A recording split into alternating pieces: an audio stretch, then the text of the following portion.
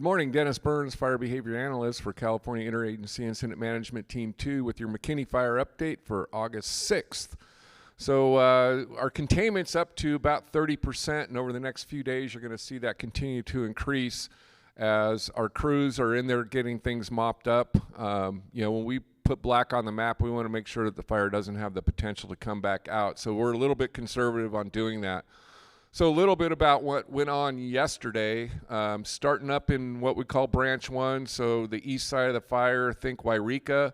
The lines are all in and established. It was a very fingery burn, so there was a lot of these fingers that required a lot of time for crews to get in and cut out. That's all been cut out, and most of it's getting plumbed now or has been plumbed. So the crews are able to actually get in there and mop up things real well with water.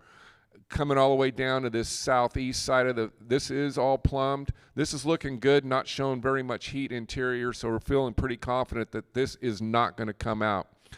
Now we're coming down into Branch 5, just above Scott Valley, Fort Jones area. Crews keep working this area in. Very dirty burn, a lot of heat still in there. It's going to take quite a while to mop that up, but we're feeling pretty confident that we're not going to see any progression of the fire out of this area also, which moves us over into Branch 10 above the Scott River, going out to Highway 96.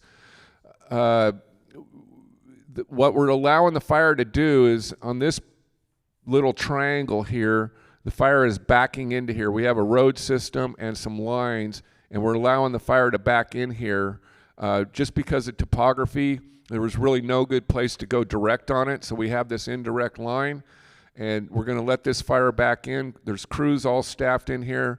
The structures along Mill Creek all have structure protection in place, so this fire will continue to back down over the next day. We're hoping it actually fills in today, and I'll explain why in a minute.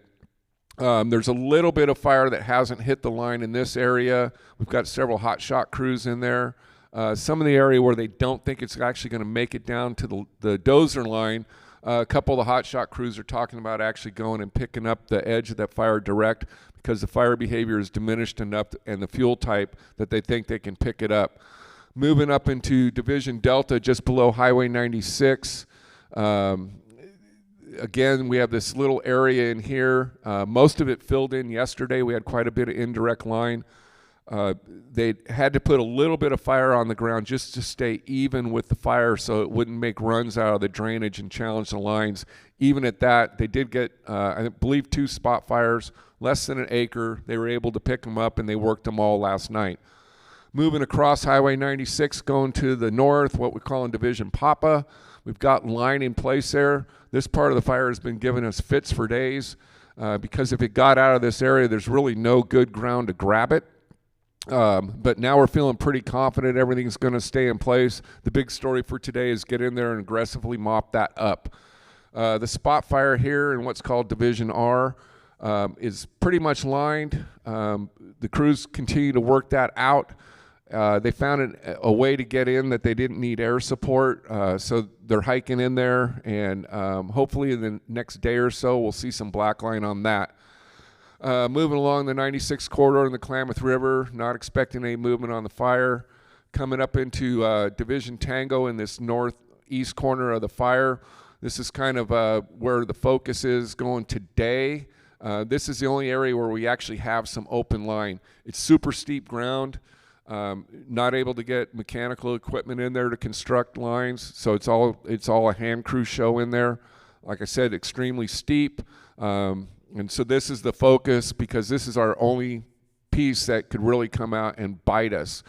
What we're focusing on right now really is today is like our opportunity to grab as much of this as possible. Sunday, Monday this week, we have extremely unstable conditions in the atmosphere, very hot, dry, very similar to when this fire started. If the fire gets established, even with the interior in some continuous fuels, we could see what's called plume-dominated fire behavior. So that's what our focus is trying to eliminate that potential anywhere near our lines, because if we build up a plume, it could spot over our lines and then any fire over the lines would be very resistant to control. So we'll keep an eye on that, and I will talk to you tomorrow.